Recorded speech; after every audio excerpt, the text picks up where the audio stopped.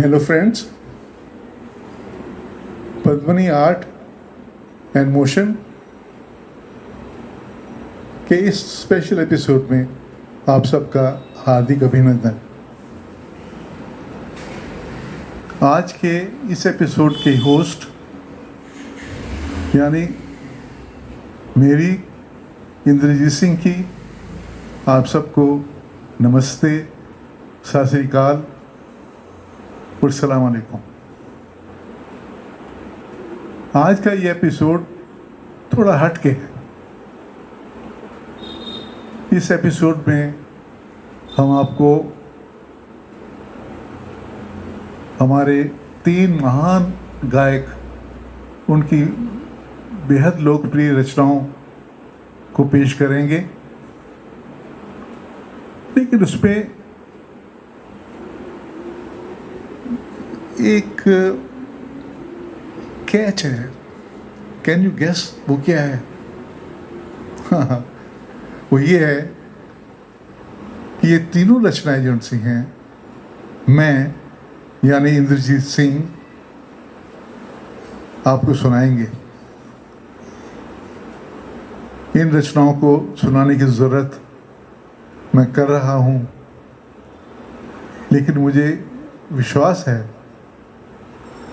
कि आप मेरे इस अटेम्प्ट को पसंद करेंगे और मेरी हौसला अफजाई भी करेंगे। इससे पहले कि मैं आपको इस प्रोग्राम के बारे में कुछ और बताऊं, मैं अपनी इंट्रोडक्शन देता हूं। मेरा नाम इंद्रजीत सिंह है और मैं पेशे से आर्किटेक्ट और अर्बन डिज़ाइनर हूँ। अब रिटायर हूँ और अपनी वाइफ के साथ Gurugram millennium city of India में रह रहा हूँ।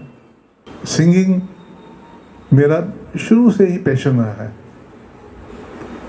और the great legend Mohammad Rafi साहब मेरे आइडल और गुरु हैं। वो मेरे द्रोणाचार्य हैं। मोहम्मद रफ़ी साहब के अतिरिक्त और भी बहुत महान गायक हमारे हिंदी फिल्म जगत में 70 और 80 के दशक में प्रसिद्ध हुए और उन्होंने भांति भांति के बहुत बढ़िया गीत हमको सुनाए। लेकिन उन्हीं गीतों में से आज मैं कुछ चुनिंदा गीत लेके आया हूँ और आशा करता हूँ कि मैं आपके पैमाने पे पूरा उतरूंगा। मेरा पहला गीत रफ़ी साहब का गाया हुआ है। रफ़ी साहब को किसी इंट्रोडक्शन की जरूरत नहीं है। रफ़ी साहब हमारे फिल्म जगत के महानतम गायक थे। हिंदुस्तान की ऑलमोस्ट सभी लैंग्वेजेस में गाना गाया और हर तरह के गाने गाते थे वो, चाहे शास्त्रीय संगीत हो, चाहे भजन हो, चाहे सुगम संगीत हो या गज़ल्स हो। उनकी एक खूबी ये भी थी कि वो जिस कलाकार के लिए गाते थे वो उसकी आवाज़ में कंप्लीटली ढल जाते थे। पता नहीं चलता था कि जो रफ़ी साहब गा रहे हैं या वो कलाकार गा रहा है। बिल्कुल सही उसी के आवाज़ में वो गाते थे, चाहे वो जॉनी वॉकर हों, चाहे महमूद हों, चाहे वो सुनील दत्त हों या राजेंद्र कुमार हों। रफ़ी साहब के गाने से मालूम हो जाता था कि वो किसके लिए गा रहे हैं, किस कलाकार के लिए गा रहे हैं। हमारे महान संगीतकार नौशाद ने एक बार उनके लिए कहा कि सदियां गुजर जाती हैं तब जाके एक कलाकार, महान कलाकार रफ़ी जैसा पैदा होता है। और हमारी स्वर कोकिला लता जी ने भी कुछ ऐसा ही कहा। उन्होंने कहा कि मैंने सबसे अधिक युगल गीत रफ़ी साहब के साथ गाए हैं और एक महान व्यक्ति थे वो, और ऐसे व्यक्ति और ऐसे गीतकार गायक बार बार जन्म नहीं लेते। अपने में ही एक बहुत बड़ी कॉम्प्लीमेंट है जो हमारे देश के महान संगीतकारों ने उनको दी। मैं प्राउड फील करता हूँ कि मैं उनके गाने सुन सुन के बड़ा हुआ हूँ और अब इस लायक हूँ कि मैं उनके गानों को आपके सामने पेश कर सकूं। मेरा पहला गाना है ए हुस्न जरा जाग तुझे इश्क जगाए।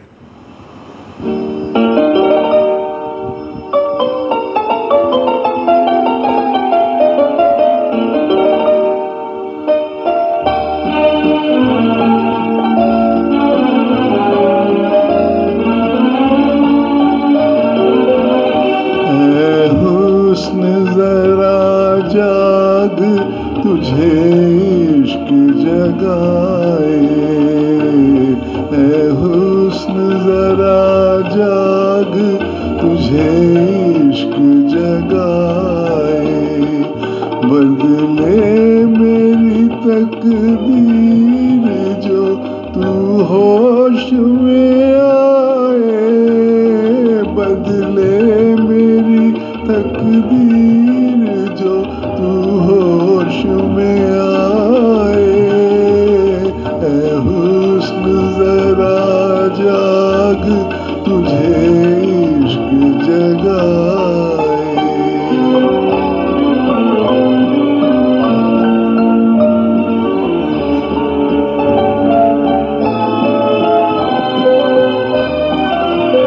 ये प्यार के नगमे, ये मोहब्बत के तराने तुझको बड़े अरमान से आया हूँ सुनाने।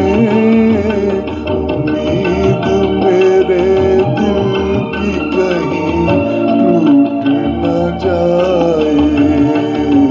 ऐ हुस्न जरा जाग तुझे इश्क जगाए।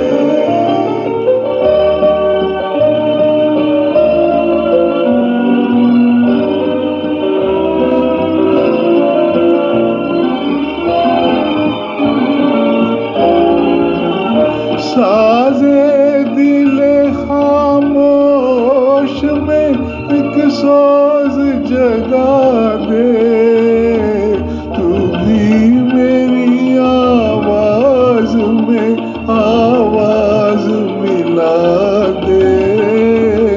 आया हूँ तेरे दर पे बड़ी आस लगाए। ऐ हुस्न जरा जाग तुझे इश्क जगाए।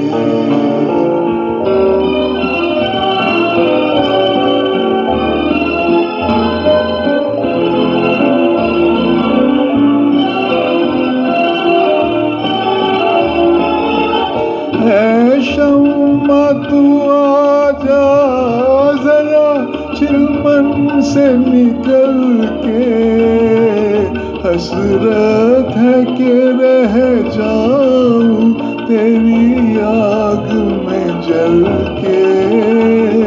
परवाना वो क्या तुझ पे जो मिट कर न दिखाए। ऐ हुस्न जरा जाग तुझे इश्क जगाए। बदले मेरी तकदीर जो तू होश में आए। ऐ हुस्न जरा जाग तुझे इश्क इश्क जगाए।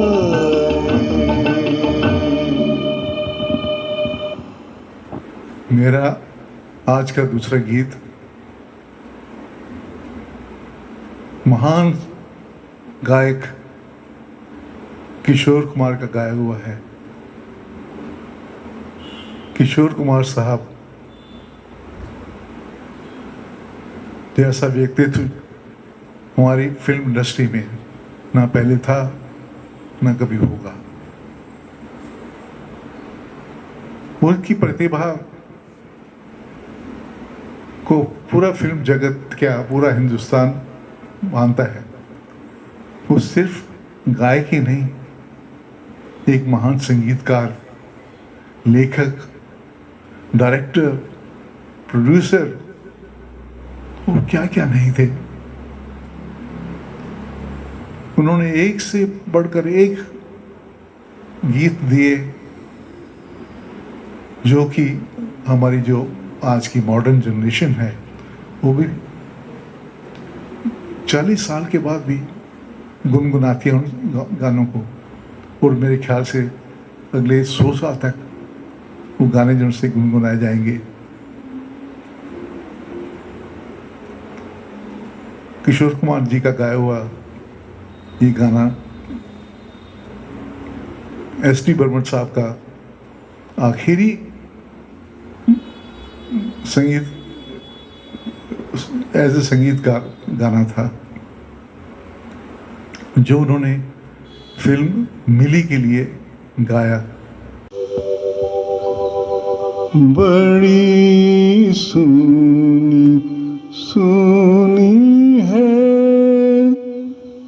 जिंदगी ये जिंदगी,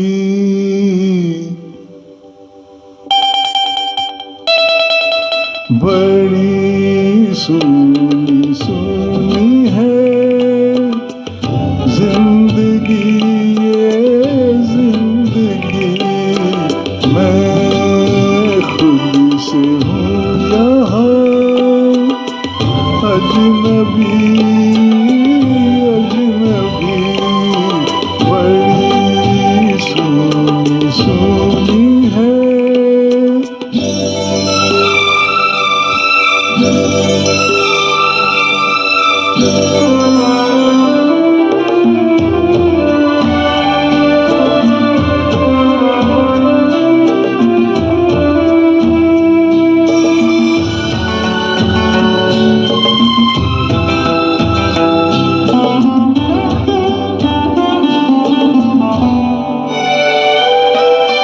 कभी एक पल भी कहीं ये उदासी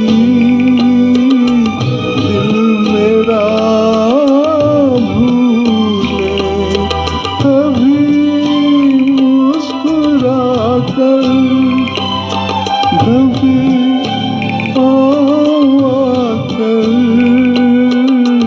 दुख मुझे छू ले, आकर मुझसे हम मेरे दिल लगी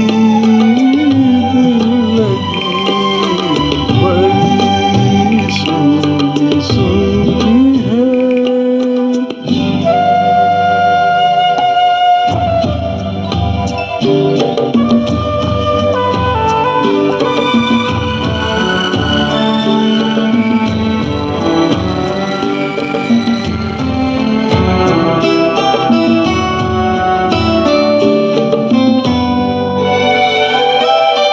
कभी मैं न सोया कहीं मुझसे खोया, सुख मेरा ऐसे पता नाम लिख कर कहीं यूं ही रख कर भूले कोई जैसे।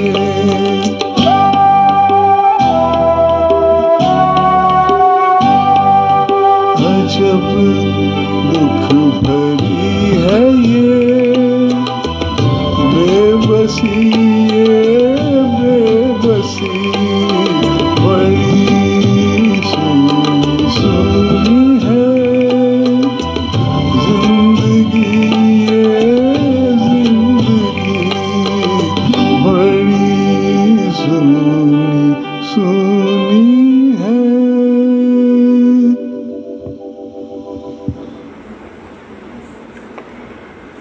मेरा आज का अंतिम गीत हेमंत दा की आवाज में है। हेमंत दा, क्या बात है, क्या टैलेंट थी उनमें। हेमंत साहब के गानों में आपको फोक म्यूजिक के अतिरिक्त बंगाल और आसाम के संगीत की आत्मा मिलती है। उनके गाने सुनो तो ऐसा लगता है कि कोई साधु या संत कहीं मंदिर में बैठ के गा रहा है और उसको सुन सुन के हमारी आत्मा तक विभोर हो जाती है। उन्होंने गाने के साथ साथ बहुत फिल्म्स भी बनाई और अनगिनत फिल्मों में उन्होंने म्यूजिक भी दिया। बहुत बढ़िया संगीतकार थे वो। और उनमें एक बड़ी बात यह थी कि ज़रूरी नहीं कि जो संगीत जिस फिल्म में वो दे रहे हैं या जो कंपोज कर रहे हैं उसको खुद गाएं ना। उन्होंने अपने गीत जो से हैं किशोर कुमार साहब से भी गवाए और रफ़ी साहब से भी गवाए। एक से एक बढ़कर उन्होंने गीत दिए हैं।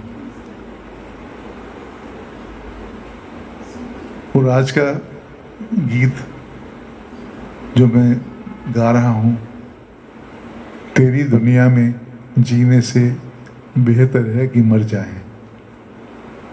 ब्यूटीफुल कंपोजिशन और ब्यूटीफुल गाया है उन्होंने।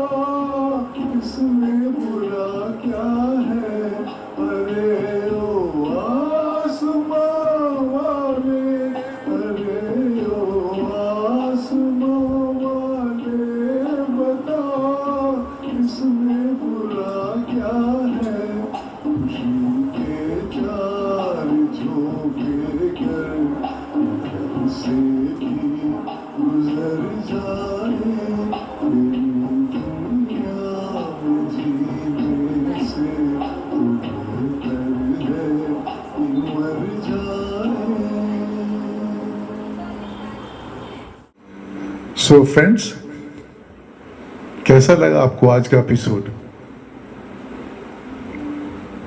आशा करता हूं कि आपको बहुत अच्छा लगा होगा।